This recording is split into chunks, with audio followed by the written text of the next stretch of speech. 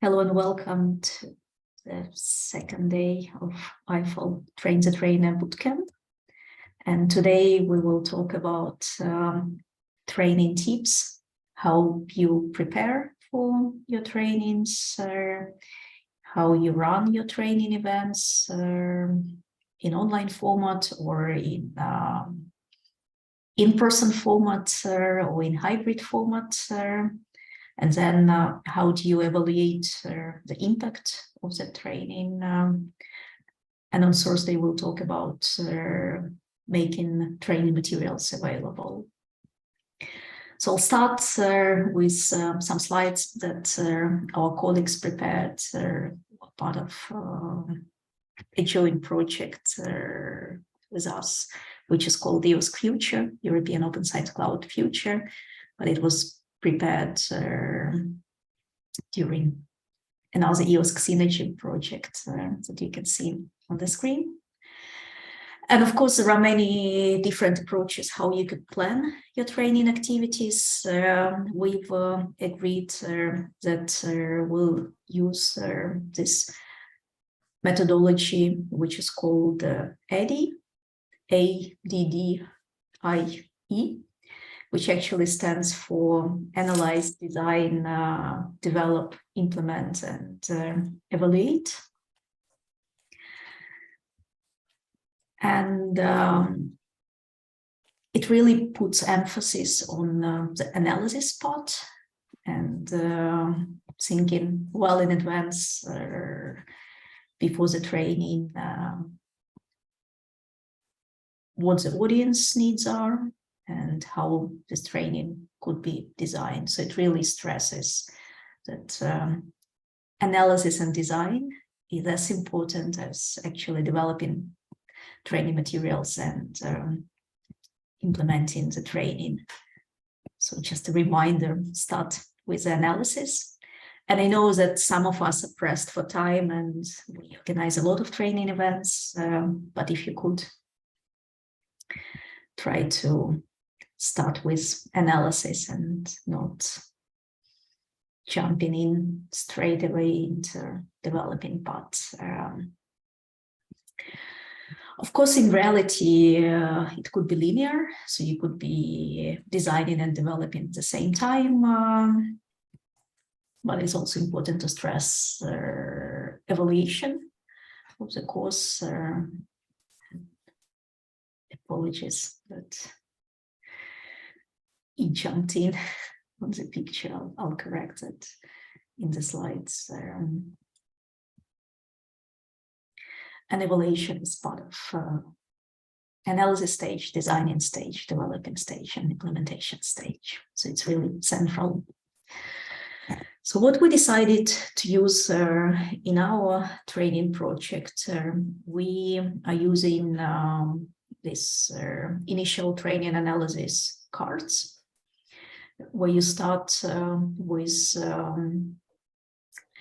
the goals of your training and your audience. So you describe what kind of training you want to prepare, what are your goals as a trainer, who is your target group, and you describe that group in details. And then you highlight the benefits or training outcomes for learners, what learners will get out of this training course. And then you describe how this training will actually be delivered and also highlight some practical issues, what would be needed for this training. And I really like this diagram because it makes it clear what the differences are between the goals, objectives, and outcomes. So usually training goals describe a bigger picture. So what you'd like to achieve overall with this training. Objectives are specific to you. So what you will do to pursue that overall training goal. So for example, you want to run a series of workshops, or you want to raise awareness about open access to publications and research data management, or you want to build skills. But then outcomes are what learners will be able to do after your training. And this is what we usually add in our training materials. And this is also what you see on the OpenPlater platforms that Jonathan showed earlier. Every day we start with these outcomes, what trainees will be able to do after the training. So a good piece of advice is when you are designing your training, just think about learning outcomes and evaluate your training based on the learning outcomes, connect training design and evaluation using the learning outcomes. Then sometimes it's hard to know a lot about your training audience. If you are training students, probably you know which year those students are. Maybe you know the discipline, but then you might not know the level of knowledge. So it's not always possible to picture your training audience, but if it is possible, it's really important to make this step and try to imagine training attendees are, and also try to imagine what kind of prior knowledge, skills, and experiences they have, what would be their motivations, barriers, and fears, because then you can build your training addressing those motivations or overcoming barriers and fears. Another point to make is that we're all dealing with adults, and I really like this 6 principles of adult learning that I adapted from our Australian colleagues. And I don't know, maybe Gloria, you could mute yourself, or maybe my colleagues co-host could mute Gloria, because there is some background noise. Excellent. So 6 principles of adult learning are that adults are internally motivated and self-directed. So it's important to use that in your training design and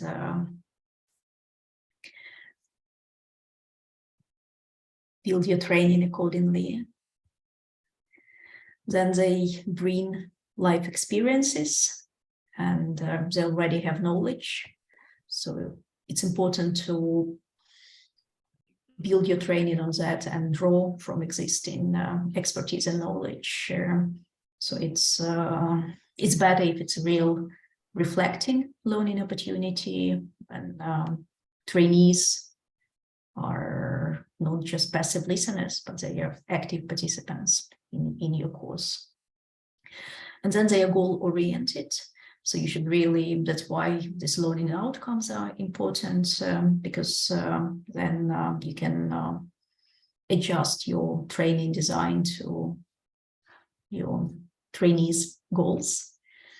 And if you provide real case studies, that's important. If you build your training on case studies. And asking questions is always good, because it motivates reflection, inquiry, further interests. And because adults are relevancy oriented, it's important to reflect on what they learned, how they will be able to apply what they are learning. And then for me, that's always a tricky part, this bullet about providing some choices, because sometimes it's really hard to know in advance, do you offer a range of tools to people and then let people decide what tools they will use, or do you just highlight a couple of those tools? So my tendency really is to describe all relevant tools and maybe highlights some pros and cons of which of the tool and let people decide which one to use. And then adults are practical. So the more practical you are in your training, the better it is for you as a trainer and also for your audience. And then obviously respect and is pressed for time. Scene is also important, and that's another challenge for me, because I understand that people are busy and the shorter the training you schedule, the better. But then if the training is really short, then you have this problem that you might rush too quickly. And if you present everything very quickly, then you'll be losing people on the way. So it's really this your own balance that you have to find between duration of the time and covering as much as needed without rushing too much. So that's once again the training design sheet that I was showing earlier. And when you will be describing your training, I think it would be good if you could keep these 6 principles of adult learning in mind, especially when you're describing your training benefits, training outcomes for learners, training goals, and the audience. Then another template that we use when we prepare training materials collaboratively, we use this table that you see, where we highlight what we expect from trainees before the training. For example, if we're sharing some training materials in advance, we might request people to watch a video, for example. Then what will happen during the training, and then maybe after the training. So it's by topic, by the type of activity, and then indicated duration of this exercise, and then whether this activity will be assessed or not. And organizing your training materials this way is really helpful if you have a group of people working on the same training, just to make sure that everyone is on the same page. But it could also be useful to you, even if you are the only trainer running this training. Then we talked about learning outcomes. And it's always good if they are based on this Bloom's taxonomy. And what you can see is a revised version of this taxonomy adjusted to learning and training activities. And as a minimum, you want your training attendees to remember what you presented. I think it's better if they not only remember, but really understand. So that's the word that we usually use, the verb that we usually use when we describe our learning outcomes. So for example, if it's a training about open access to publications, then we expect that training participants will understand what open access is. Then apply is the next level. And again, ideally, we want our training attendees to be able to apply what they learned. So to be able to find repositories to deposit their papers, or journals, open access journals to publish in. Then analyze is the next level, and it could be part of basic how-to training, but usually it's a part of more lengthy training activities. And then evaluate and create, because ideally, and I think that's something that will be relevant for tomorrow's topic, because tomorrow we'll be talking about research data management. And when we organize trainings about research data management and data management plans, then we expect that participants will remember what research data management is. They would understand what a data management plan is. They will be able to apply what they would learn. They will be able to analyze the research workflow, evaluate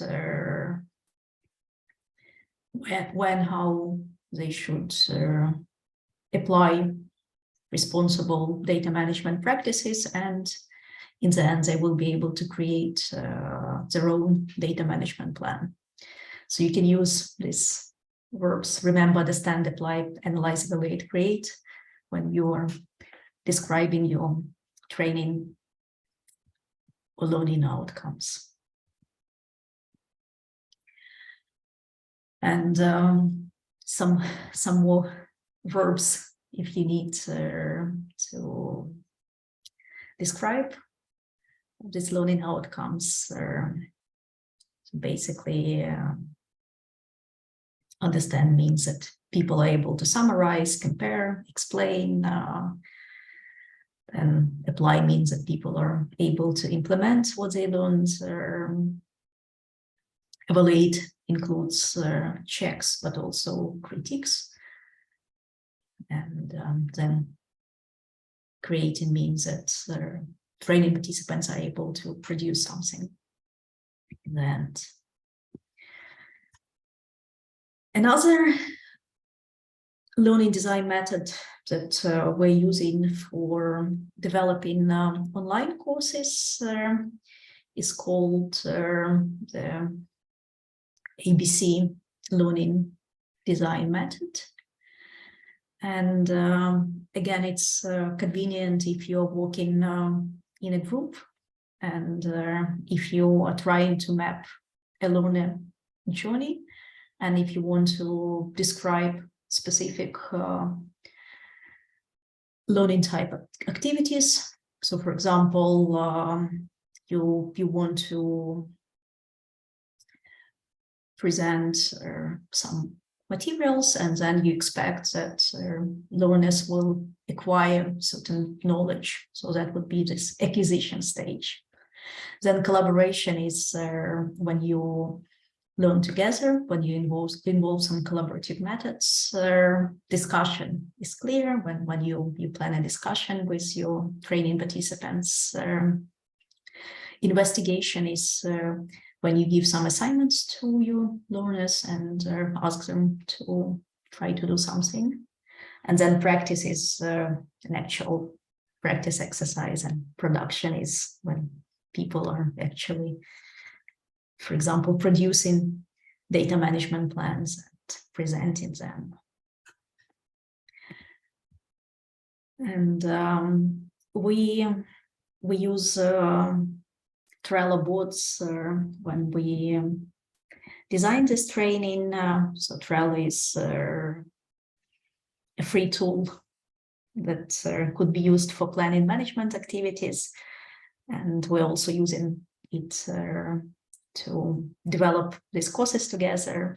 So you can see that we have a course module, and then we highlight what kind of activity will be used for covering this course module, whether it's a discussion or whether it's a practice or whether it's an investigation.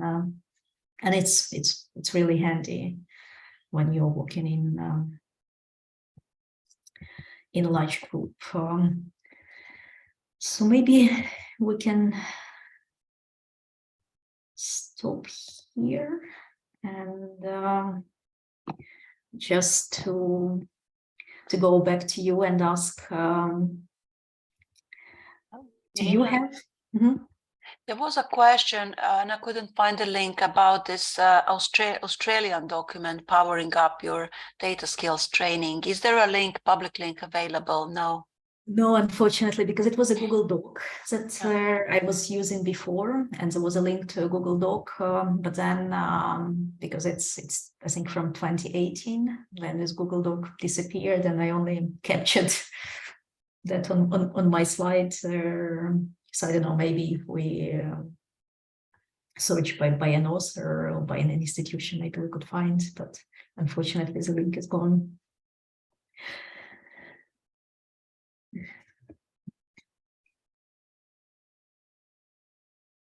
Anyone would like to share your approaches to thinking about your training or organizing your training? Do you use any methodologies or any standardized approaches?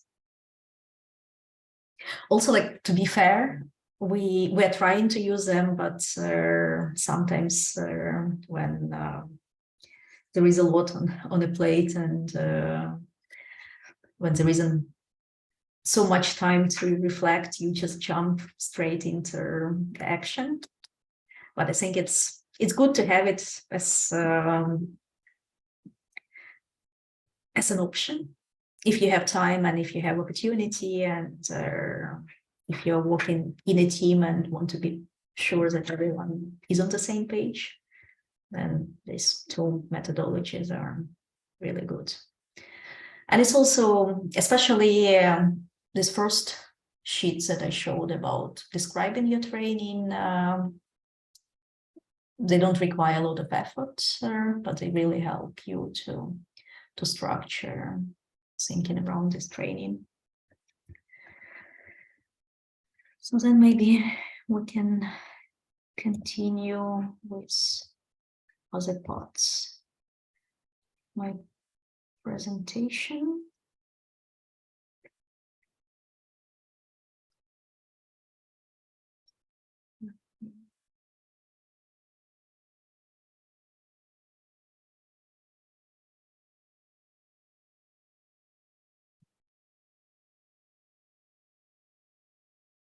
That's really a part where I don't have a solution, because like even today, I think, for my today's days, there are at least 3 training events that I would like to attend, but of course I can't, because many of them happen at the same time, and also because we're running our own events. So there is a huge competition between different trainings going on, competition in a good way.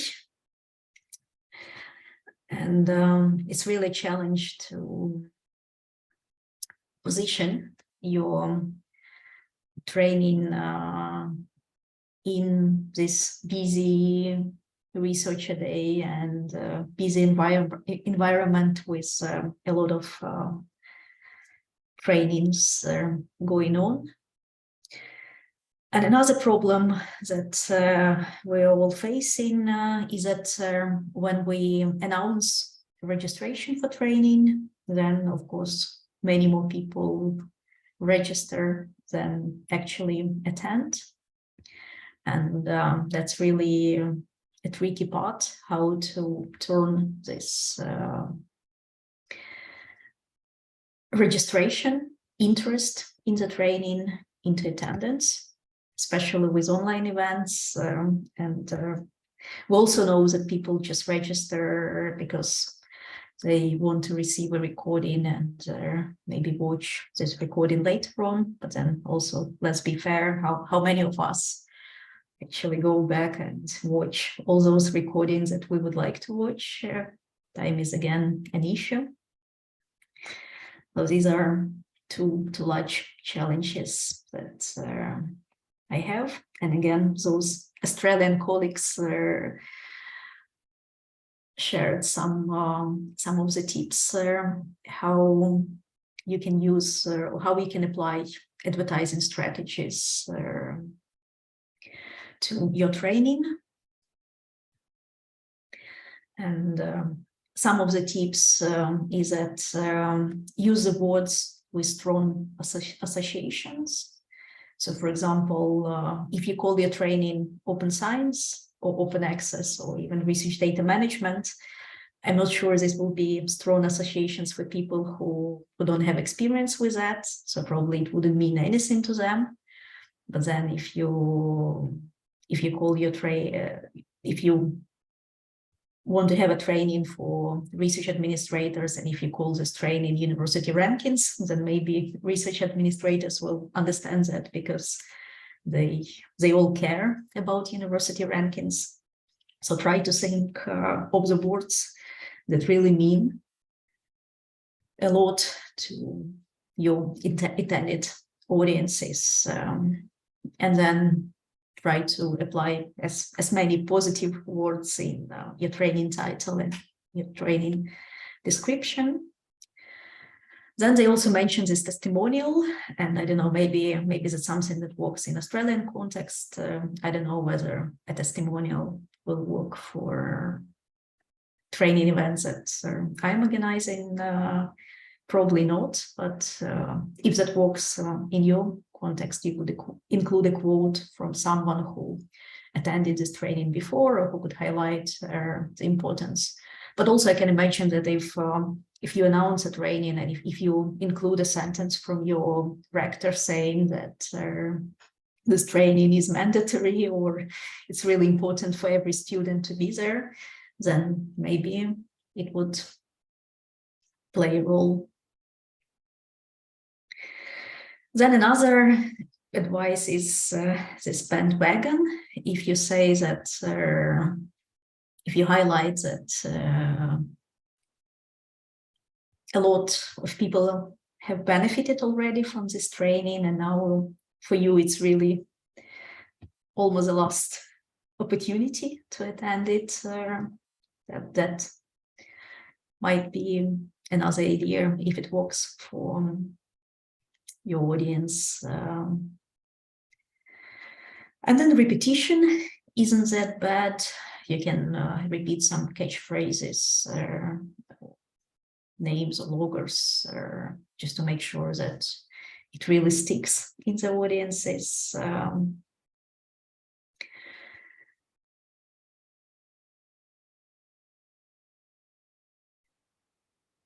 And then some other suggestions, but I don't know whether they work in your context, like flattery and plain fox things. Then another option you could use is when you use this emotional appeal. Remember, we're talking about people's motivations and fears. So if you want, you can address that, and you can say that we will address all the misconceptions that you had before, and you don't need to be afraid anymore about this or that. And then you can also include some facts and figures if you want to. Special offer might be another approach. You could say that you have a special offer for the Department of Biology to organize this one-time training, everything they need to know how to be successful researchers. And then some other things like urgency, especially if you know that your researchers will be applying for grants, then you could say, we will help you with your grant applications and get together and get things done quickly. Let's look at funders' requirements and what they expect you to do regarding open science. So that's another moment to reflect together. Do you have any good tips or how you promote your training events? We're having an interesting discussion in the chat. Have a look.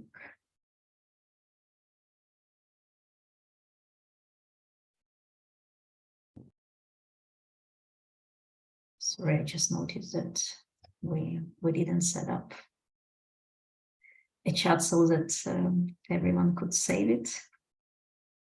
Or is it? Oh, no, yes, thank you.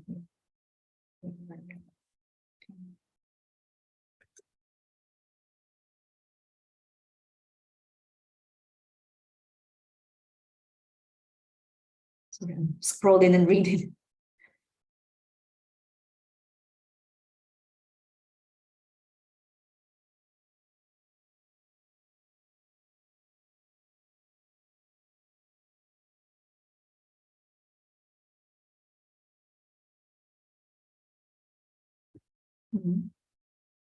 It's interesting.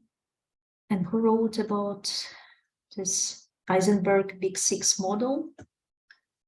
Designs the course, maybe. Do you want to explain it? Because honestly, I've never heard about it.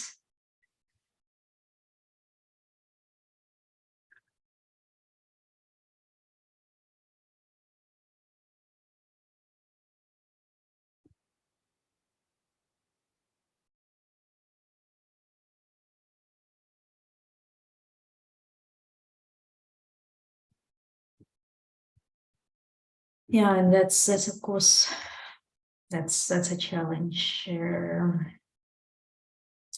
If there is a big advertising, if you end up with a large group of people, would you rather have 3 interested people or I don't know, 20 interested people versus 200 who might be misled by this advertising? I guess it depends what your goals are. If it's a digital research literacy training, then probably it's not a problem that you have a large audience, because you really want people to hear that digital research literacy is important, and you want them to remember at least something. But then, of course, if it's a specific training on how to create a data management plan, I'm not sure we can have this training with 100 people. Well, that's really tricky. It depends on your goals.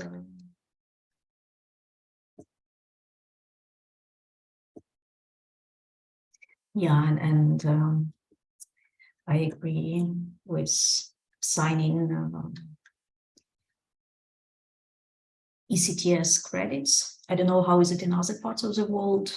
In Europe, those credits are used for students, but also for university staff.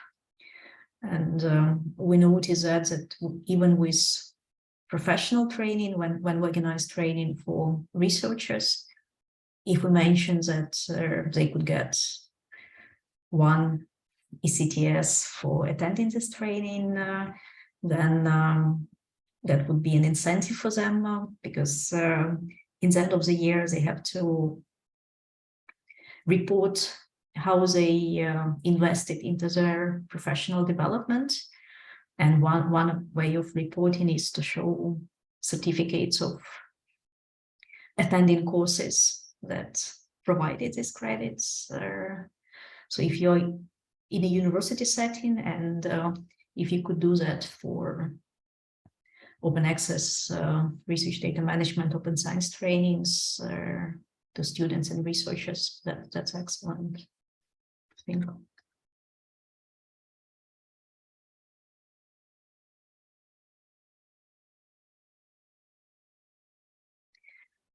Yeah, and this lunch breaks, seminars. There was a comment that tried online webinars with coffee and snacks and wasn't that successful. So I attended a couple of trainings in Switzerland where it was a training about boosting researcher impact, 15 minutes together with lunch.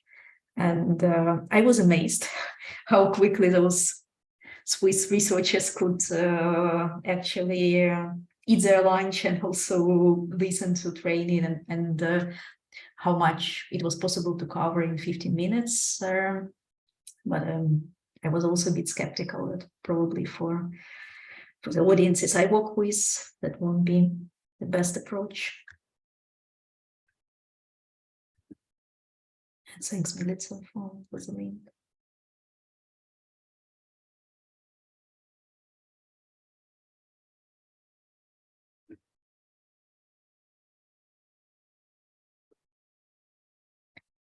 Okay, then maybe we can move on to the next part, which is when you already starting your training. So my colleagues, I should say, my Milica's colleagues from EIFL Public Libraries program recorded a short 5 minutes video how you can manage your expectations of training participants, because I think it's also important when you start your training to be sure that what people expect from this training event is what you are going to deliver. And if there is some confusion around that, then it's better to tell it right in advance. So they provided some tips how you can ask about expectations from training attendees and try to address them in your training. Of course, it wouldn't work, or maybe it will work, but I just don't know how it will work with large audiences. But if you have 20 participants, I think it's possible to gather that feedback immediately. And then we're back to this evaluation stage here, and there are different levels of evaluation, and I think we know well how to evaluate reactions and learning, because that's something that could be done during the training or right after the training. But this upper part of the pyramid about evaluating behavior and results is really tricky. And I'll show some examples, and I would really like to hear from you how you evaluate your training events, especially how do you know that your training event is successful or efficient? So the first part is measuring reactions.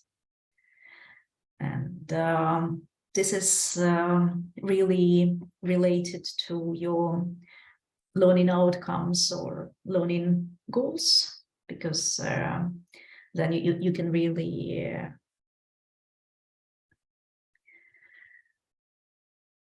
check whether participants achieved what you expected them to achieve, whether program was relevant for them, whether materials that you provided were really useful, whether content that you shared was relevant, and whether a facilitator really understood the material and demonstrated good knowledge.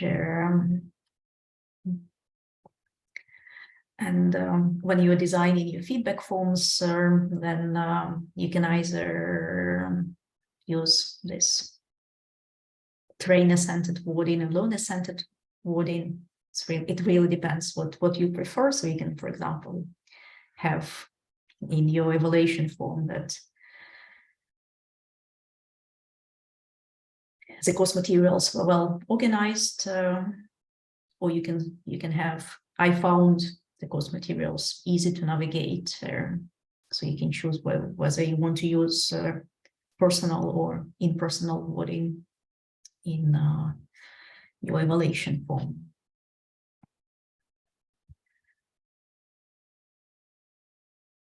Then level 2 is learning, and that's where you can check whether learners really acquired knowledge, skills, attitude, confidence, commitment. And here you can use both formal and informal methods. For example, ideally, before you start your training course, you could have a short form, maybe together with course registration.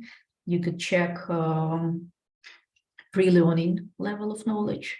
So whether people know about open access to publications, whether people published in an open access journal already, whether people deposited in an institutional or disciplinary repository already. And then after the training, you could ask the same and check, I mean, not whether they deposited, but you can ask questions to measure the knowledge progression and skills progression and competencies progression. And for this, you could also have interview style evaluation, maybe in the end of the training or after the training. But then, of course, there's behavior and results, the tricky one, because even if something is understood, you don't really know immediately after the training whether people start practicing it. And in some organizations, there are standard surveys of professional staff and students. And maybe if there are some standard surveys already, maybe you could include some questions about applying open science practices in professional activities. And maybe that's why you can see this behavior change. But it's tricky because that's something that you have to evaluate and measure through time. And it should really be done in an ethical way, because you don't want to be bothering people with something. So these are some of the tips how you can measure each of evaluation levels. So, for example, if we talk about measuring reactions, then you can ask during the training or after the training, were instructions easy to follow? Then what was good about this event? What was bad about this event? Whether participants could really contribute, whether there was enough space for contributions. Then about learnings, you can ask whether people learned something new. For example, a new tool, if you presented directory of open access journals, whether your training participants know how to use this directory after the training, or if you presented a new approach, whether they understood this new approach. And even meeting new people could be one of the learnings, because that's about contact building and community building. Then for behavior evaluation, you can ask whether people are more confident in their abilities. And even if you ask whether people are motivated to try out open access or research data management or open science, that could already lead to behavior change. And then another interesting question is, you can ask whether participants are interested to share what they learned. Because even if they talk to their colleagues about some of the topics that you covered in your training, that could be a useful outcome, because then you have more ambassadors in your group.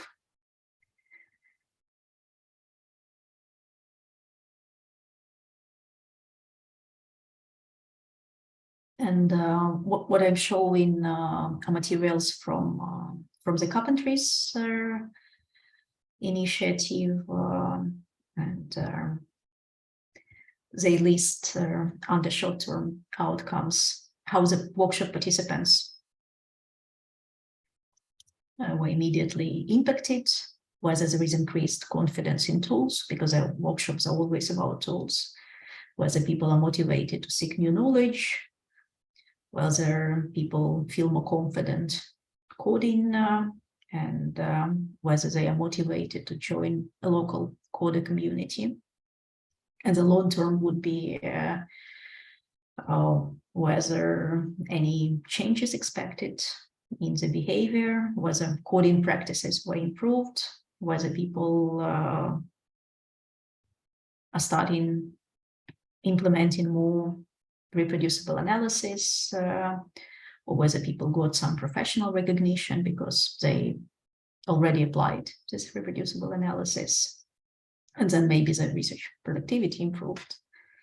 But of course, it's harder to track. And then for types of analysis, you could have traditional surveys with lists of questions. You could have focus groups, or maybe for behavior change or for results, you could set up a focus group and have more in-depth conversation with them. Then you can also use observations, because especially if you walk in the library and if people come in and talking to you, then you can note down if you observed some change of practices. And then you can specifically go back to some participants and request for comments. And then another important part is like when you are cooking, when you're making a soup, for example, then when you add a new ingredient, for example, if you add salt or if you add sauce or something else, then you usually taste, especially with salt, to make sure that it's maybe it requires some more salt or some more sauce. So similarly, you could use some evaluation approaches during the training to make sure that you're not losing people and they are still focused and pay attention to what you are doing. So this learning along the way could be even more important than learning, measuring learning after the event. And then again, our colleagues from Public Libraries program recorded a 5-minute video how you can evaluate your library's training program. So they mention public librarians as the audience, but it doesn't really matter, because what they're talking about is good practice approaches to evaluate your training events. So just a summary that when you are writing your training or learning outcomes, then your training activities should actually match them. And if this training or learning could be engaging, as engaging as appropriate to your audience, then it guarantees more successes than non-engaging learning. And that's another maybe moment to pause. And how you can now evaluate training progression. One way, if you're using Zoom, then Zoom has reactions, and I don't know how is it in your Zoom interface, because I'm a host. For me, it's when you click more reactions, and then I have to click 3 dots for more, and then I have this list of emojis that I can use. So during your training, you can ask even what Jonathan asked you this morning, how you're feeling. So for example, now I can ask you, are you still feeling okay? Are you still following what I'm talking about? What is your current reaction? And then you can ask people to use one of those emojis. Like, for example, I'm using this one. Jonathan is celebrating. That's wonderful. So how about others? Did you find these emojis, and how are you feeling now? Yeah, thanks a lot. Oh, wow, a cake. A cake would be nice. I already have some coffee. So that's one way to check whether your training attendees are still there, because we know that it's really hard when you have an in-person training. You can see everyone, and if someone is distracted, it's usually easier to notice than in online training. But with online training, when people are not using their cameras, it's really hard to know what they are doing. So these emojis could be one of the ways to check whether people are still here or not.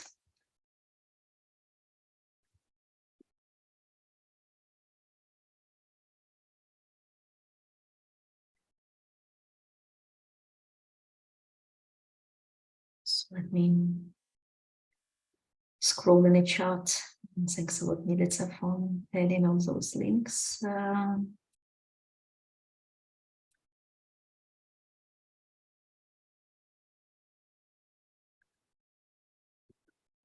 Yeah, thanks for sharing about training integrated in the curriculum. It's really good.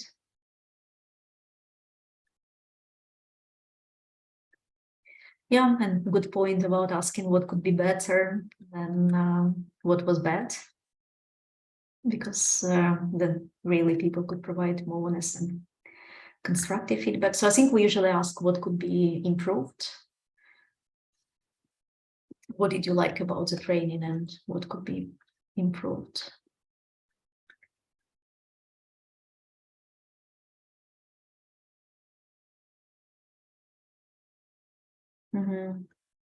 Yeah, and another point about collecting credits for qualifications.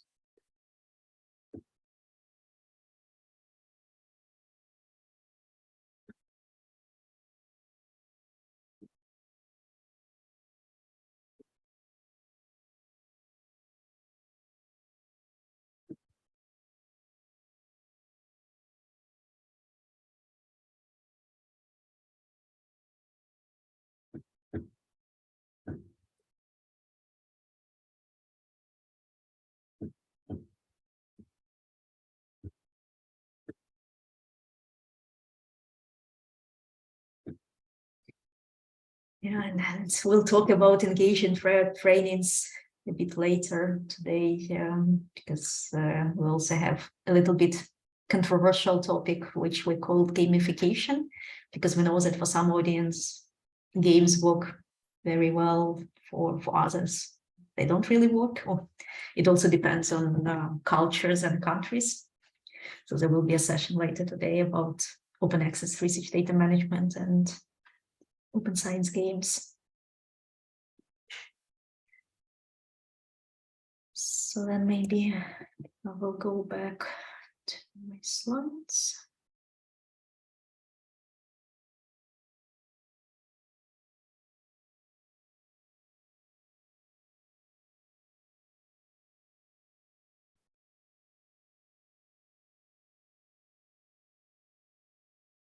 So when we started working on open science training project, which was called Foster, because we wanted to foster change of practices in academia, we had a series of in-person and online training events. And then we did a follow-up survey 6 months after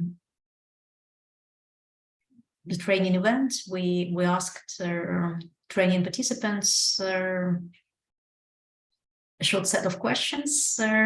So we asked whether people applied knowledge and skills gained at the training, whether they applied that to their work.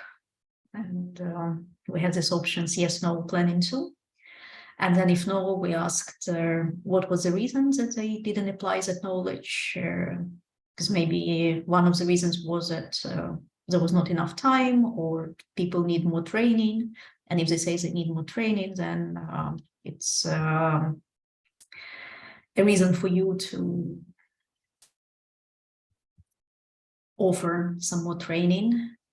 And then another response suggestion that we included, that there wasn't enough support from employer or from research supervisor, because then if this change of practice is not welcomed, if, for example, a PhD student wants to start implementing open science, but a supervisor says no, then the student doesn't have too many choices. So that could have been one of the reasons. And then, of course, we had other as an option.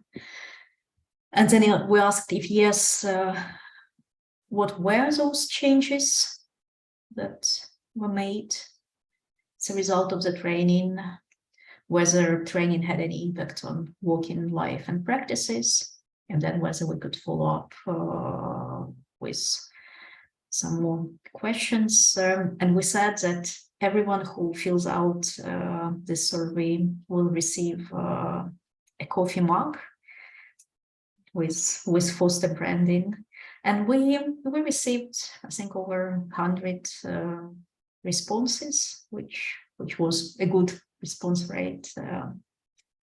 So maybe that's something that could be tried in your settings as well. Then for actual process of running events, again, as part of that project, we developed the Open Science Training Handbook, and it covers some of the topics that we're also covering in this training, and gives talking points. How would you talk about open access? How would you talk about open research, reproducible research and data analysis, open peer review, open science policies, open educational resources, citizen science. And then it also includes some tips on learning and training, including this Bloom's taxonomy that I presented, and also planning based on learning outcomes and not on learning objectives, and then some organizational aspects, things to remember when you're organizing your event. But that guide was developed in 2014, when most of the events were still in-person events. So it doesn't really cover online events, and it doesn't cover hybrid events where you have a mix of online and in-person training. So our goal for this year is to update this handbook with some more tips on organizing engaging online events, And if some of you would like to be a part of this team updating this handbook, just please drop a message in a chat there. And when we have this course updated, I'll make sure that I will email you information about that. But if it's updated, it will also be updated on this link that I'm sharing. So that's something that we want to accomplish within next couple of months. We'll see how it goes. Then another good approach is when you're doing things together and learning from each other. And that was one of the reasons when we set up this OpenAIRE community of practice of training coordinators. And it mainly includes people from Europe, but there are also some participants from Australia, from North America. And what we do, we have a mailing list, which we use to share some updates. And then we meet once a month, and it's always, I think it's second Tuesday of the month, 1 o'clock GMT, UTC. And maybe that's the reason why most participants are from Europe and not from Australia or America, because timing is really good for Africa and Europe, but maybe not so good for Asia Pacific or North America. But if, of course, if we have more participants from other continents, we could adjust some meeting slots. And then it's 1 hour meeting where one of the participants shares some of their learnings or some of the updates, or provide some tips on doing specific things, because also this community of practice is not really about philosophical approaches to training design. It's about running efficient training events. If you want to join this community, please drop a message in a chat and we'll add you to the mailing list. And if you could join those monthly meetings, that would be wonderful. But if not, you could still follow via email, and we also have very detailed meeting notes, so maybe you can read afterwards. And I also know that, I'll again stop sharing, because I know that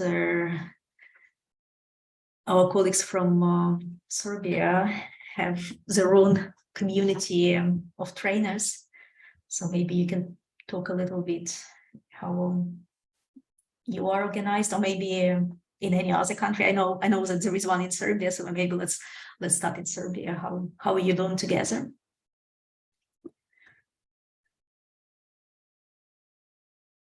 Well, actually, we should have in the audience, I'm not sure whether Christina is here.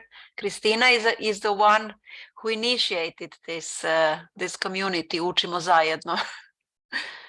It was her idea. She's a young librarian, and she suggested that perhaps senior librarians could help young librarians, and perhaps we should start sharing knowledge, and that's how it started. So we actually gathered together on Zoom. We haven't met for quite a while because we didn't really have the time, but we gathered together on Zoom. We select a topic. There is an open Google Doc. I mean, open available to about 70 people. Whoever wants to join, we accept them, and then we select a topic by a kind of a community vote.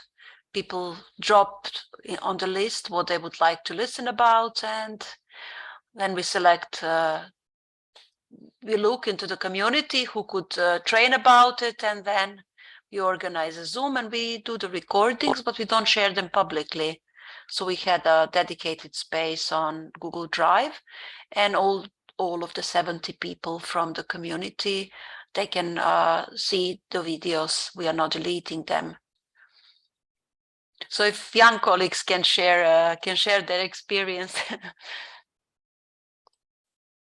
Yes, and unfortunately, Christina is, I think, unavailable to talk. She can only chat right now. I know. Yesterday when we had this discussion, it was but I agree with Milica. It was very helpful, and we found it really that kind of meetings and the recordings were very helpful, and we learned a lot of things. Some of us who are very much in this librarian business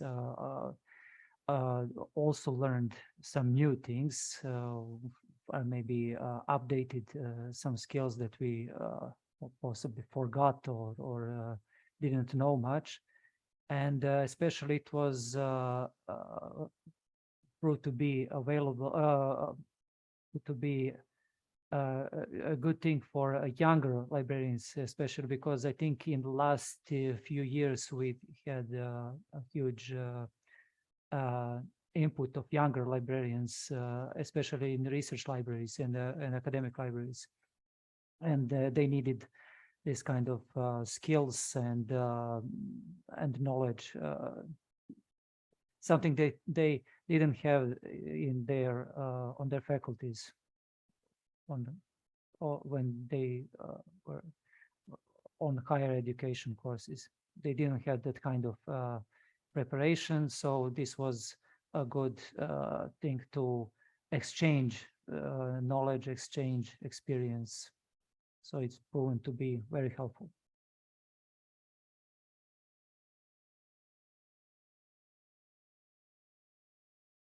So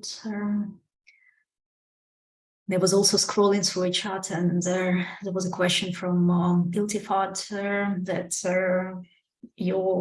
if you are in a university, then you have a task to train students, researchers, and then university staff. And then the question is, how would you train them? Would you train all of them separately? Would you train them, some of them together? For some trainings, you would gather them. For others, you would have separate trainings. Do you have any tips on that? Because I guess the easiest way, and maybe the most logical, because you already have some courses for students, that then you include your training in optional or mandatory courses that students take. But then if you're suggesting something that student supervisors should also know, then you need another training for those student supervisors, and maybe it's better if a student and a supervisor are together in this training group. But then there is also this feeling that students will be too shy to speak if their supervisors are there, or supervisors might be too arrogant and, I don't know, take all the conversation and not allow the students to speak.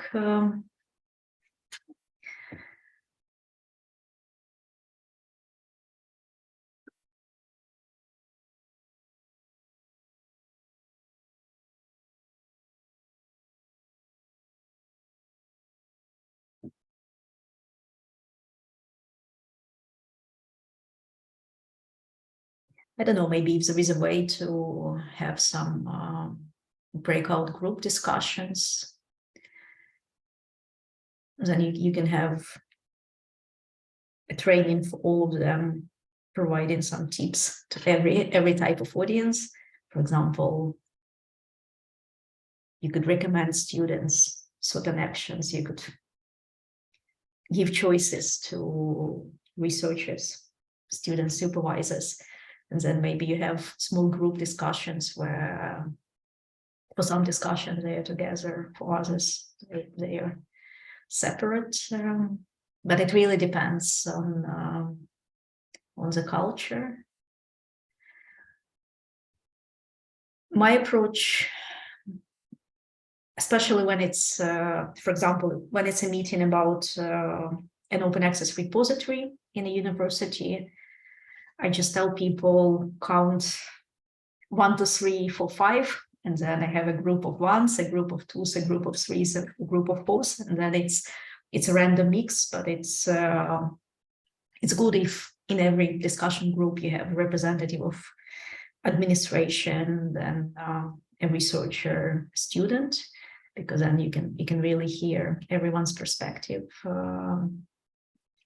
But I don't know, maybe I was lucky and I was in cultures and in situations where dialogue between different players in the university is encouraged there. So I never really was in an environment where there were very clear boundaries between different institutional roles.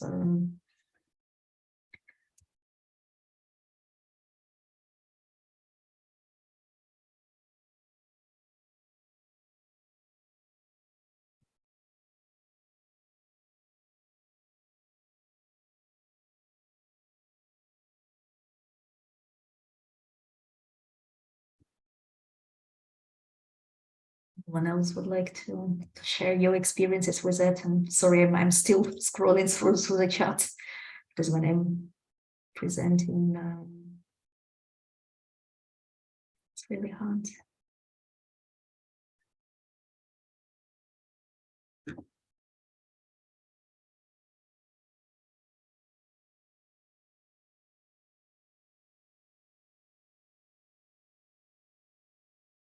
Thanks a lot for dropping your emails in the chat,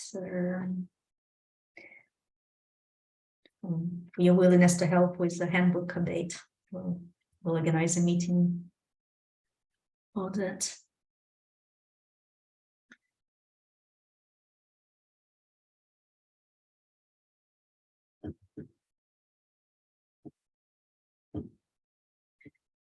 So this community of practice, just to be clear, OpenAIRE community of practice that we described is really for everyone. It's an open community. We have, I think, 120, maybe 130 people already. Of course, not everyone attends every meeting. Usually we have maybe up to 30 people attending a meeting, but we'll very much welcome you if you would like to join. So then maybe we can have a break now. And what do you say about 20 minutes break? Will it be enough for you to refill your energy? Or would you need more time? So then maybe if 20 minutes is enough, then let's reconvene at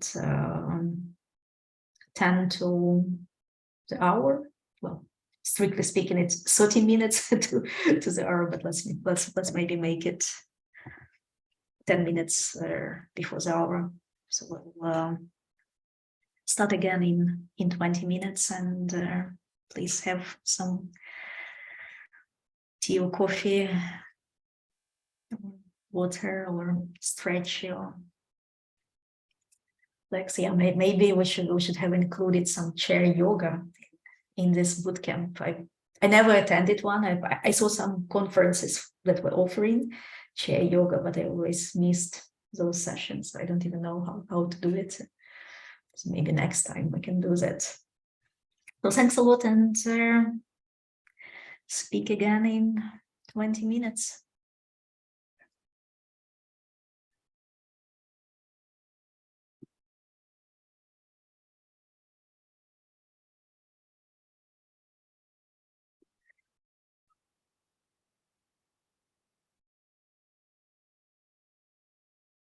So we compiled a list of serious games about open science, and we would like to go through this list together and just share with you some experiences. And also, if you played some of those games, or if you would like to suggest other games, please do so. And you can speak or you can write in the chat.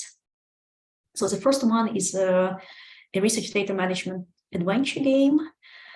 And it was co-developed between University of Bath in the UK and Stellenbosch University in South Africa.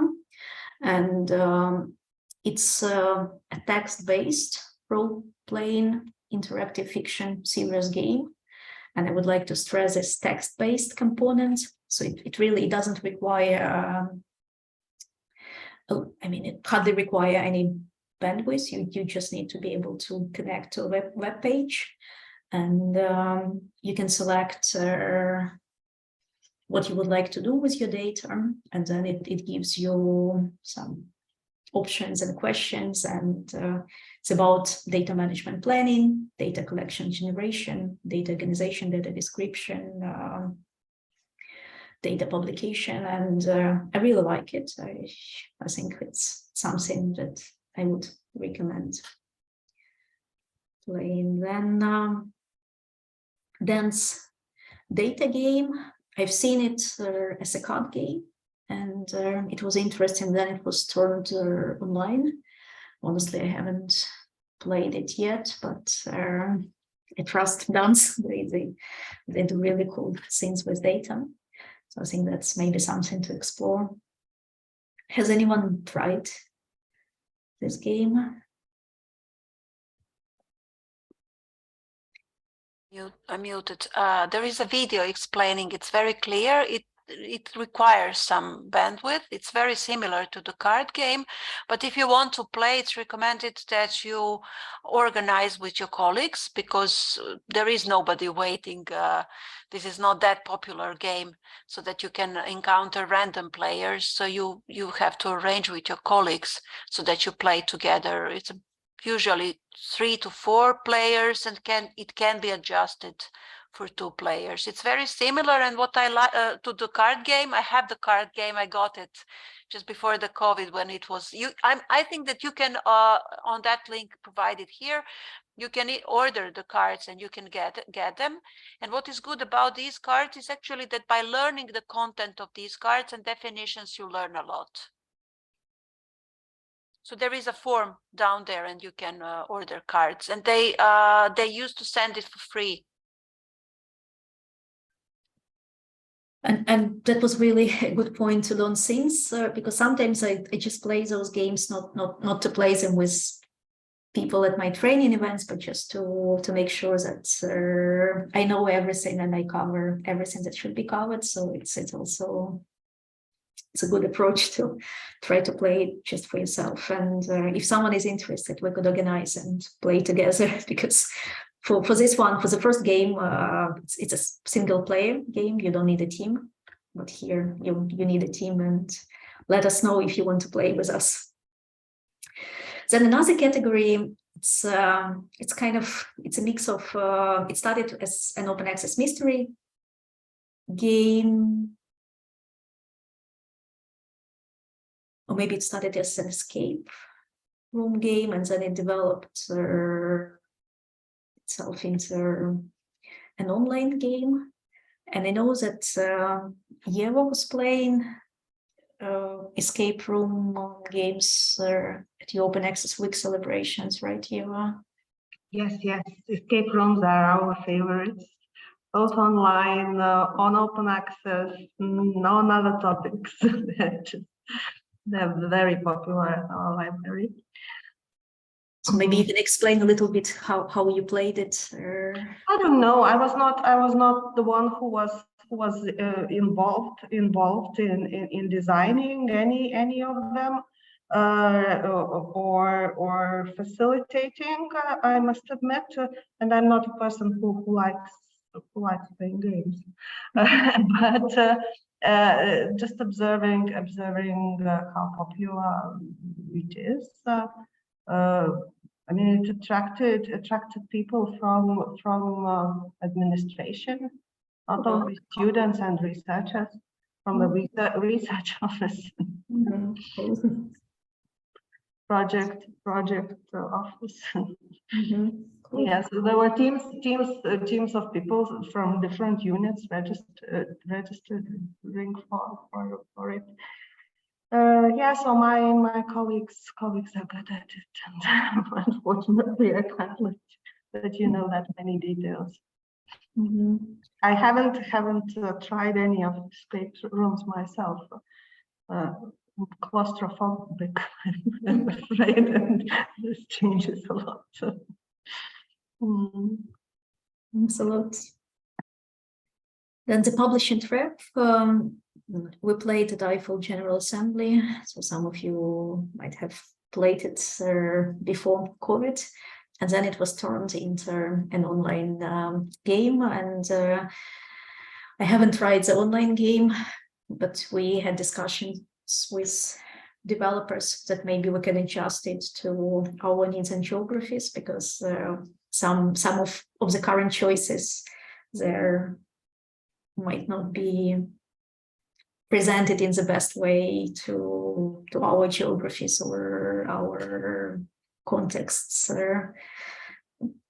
But we had those discussions before COVID, and then COVID started, and we never really had time. And Iryna Egla is using this game. That's what we learned in the breakout room. She's using it in her trainings. Yeah, cool, thanks. And then there is a list, then there is another one from Zurich University, and it's actually, it's a very short one, the way I understand it, and it's interesting because it shows you researcher Emma on her way to a PhD, and then you have to decide at each stage of her PhD journey which open science action to take. And Milica was saying that it could be a good game for a beginner, and it's maybe something to have a look at. And then this one, Dilemma Game app, it's actually a mobile phone app that was developed by Erasmus University, Rotterdam, and it's about responsible research and innovation, how you include integrity and professionalism in your research. And it's a single person, and it could be individual, group, or it could be adapted as a lecture. There are instructions, and there are no right or wrong answers. And the last one is called Open Scientimeter, and it was developed at Liège University, and there is an English and French version of this game. And then there is a list to many more games, and I don't know, I'll probably stop sharing just to see the chat, and if someone would like to share. Even Egla played online last week. Yeah, thanks a lot. And thanks a lot, Eva, for recommending the Dilemma game. For the dilemma game, I also use it. I mean, you'll see more because it will be the engagement activity that I use it as a Mentimeter, like the moral compass. So I extract some of the information and then I have people vote it. So you can also use it as an interactive, but without necessarily discussion, but more like a starter for sessions. And they keep updating it. Like I received the new updates, and there's like at least once or two a month. It's a really cool thing. Cool. And maybe you can explain your game, and there is a presentation about that Sure. as well. Over to you, Jonathan.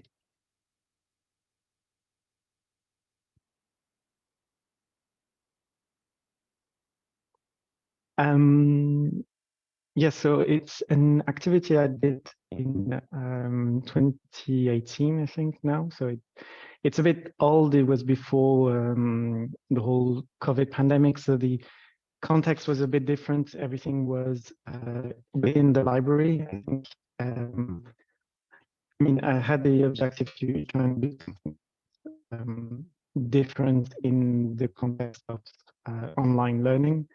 but I haven't adapted it yet. But so basically, I created this visual identity of for a gamified activity. So the idea was that so we were organizing a national event about open science for researchers and research support staff. But I also wanted students from the library and any users of the library, the university library, to be able to learn about open science. So the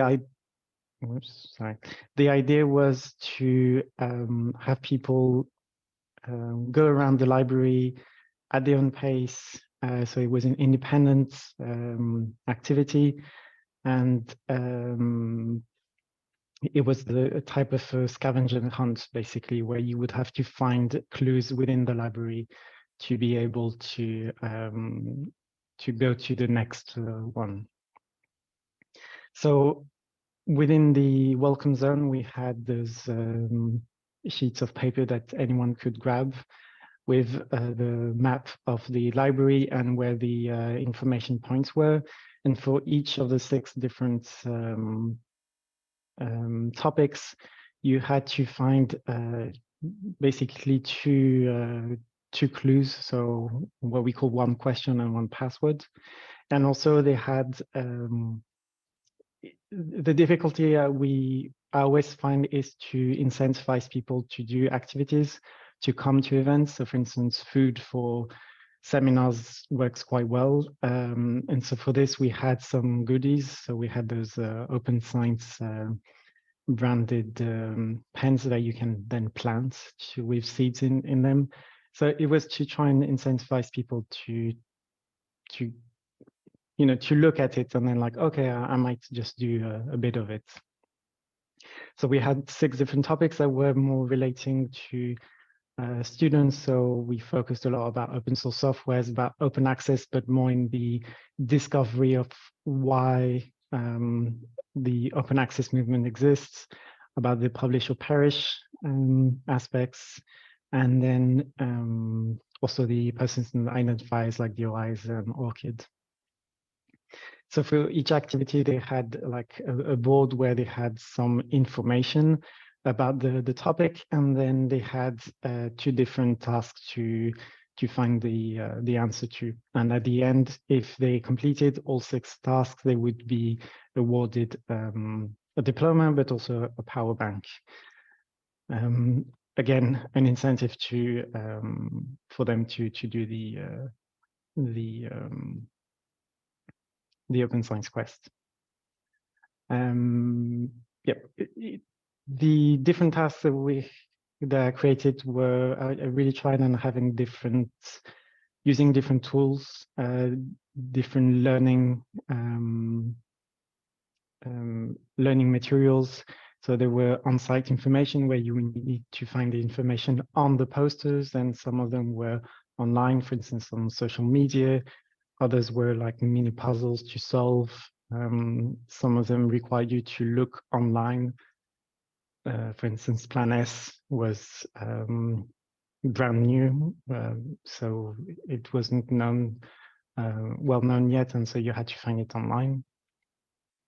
Some were more interactive, where we asked them, what is your favorite open source software? This is especially in a university library, it can be, you have to monitor that because you can have some, people putting some inappropriate content on the whiteboard. So you have to monitor that, but it makes it interactive. Others were like using the Sherpa Romeo platform to find information. One of my favorite one that I created was to have people understand what ORCID is useful for. So I created this fake piece of paper where basically the author named Jane Smith moved university, so the email address is not working anymore, and so you go to you have to look on ORCID, and then you realize that you look online and you find that there's Jane Smith a lot in different places, and so you go to an alternate universe, because that was the whole branding of the game, and where you would find a paper where the ORCID ID, like you find on more and more papers nowadays, where you would actually have the ORCID ID, so you can just go on her profile and see, okay, that's the correct Jane Smith. So yeah, the whole point was to have an independent and engaging learning activity, especially because at the time when I was working at the university, we were a limited team, so my colleagues could not do anything in terms of engagement. So it really needed to be independent. And it needed to be standalone displays also because you could just do nothing of the activity, just look at the displays, or do the whole activity, or just do part of it. So the idea was really to try and get as many people interested in it, even if it was just looking at one of the displays, and not forcing them to do the entire activity, because that's more difficult to engage people. And I also had in mind that I wanted something that was adaptable to other institutions for others to reuse and build on. So all this material is online. And obviously all this can be adapted online. I haven't done it yet, but that would be the idea, to create something a bit more of virtual scavenger hunts. And it's something that you can, if you were to doing it on site, you can have it. So we reduced it to the library, but there are applications nowadays like Action Band that you can use to geolocalize specific information points within the campus, for instance. So if you wanted to do it on the entire campus, it's something you could do. So you can make it even bigger and in bigger groups, for instance. So that's basically it. And you have more information if you want on, I've uploaded that on OpenPlato. You have the link to the resources and to some of the blog posts, posters also on this presentation. Thank you so much, Jonathan. So as you see, there are different options available: online text-based, online interactive with nice graphic, also games like Jonathan presenting using library or institutional spaces. So I hope it gives you some ideas, and if you have any questions or if you want to share your experiences with the games, and I guess I'll stop recording for now because we don't really need it anymore.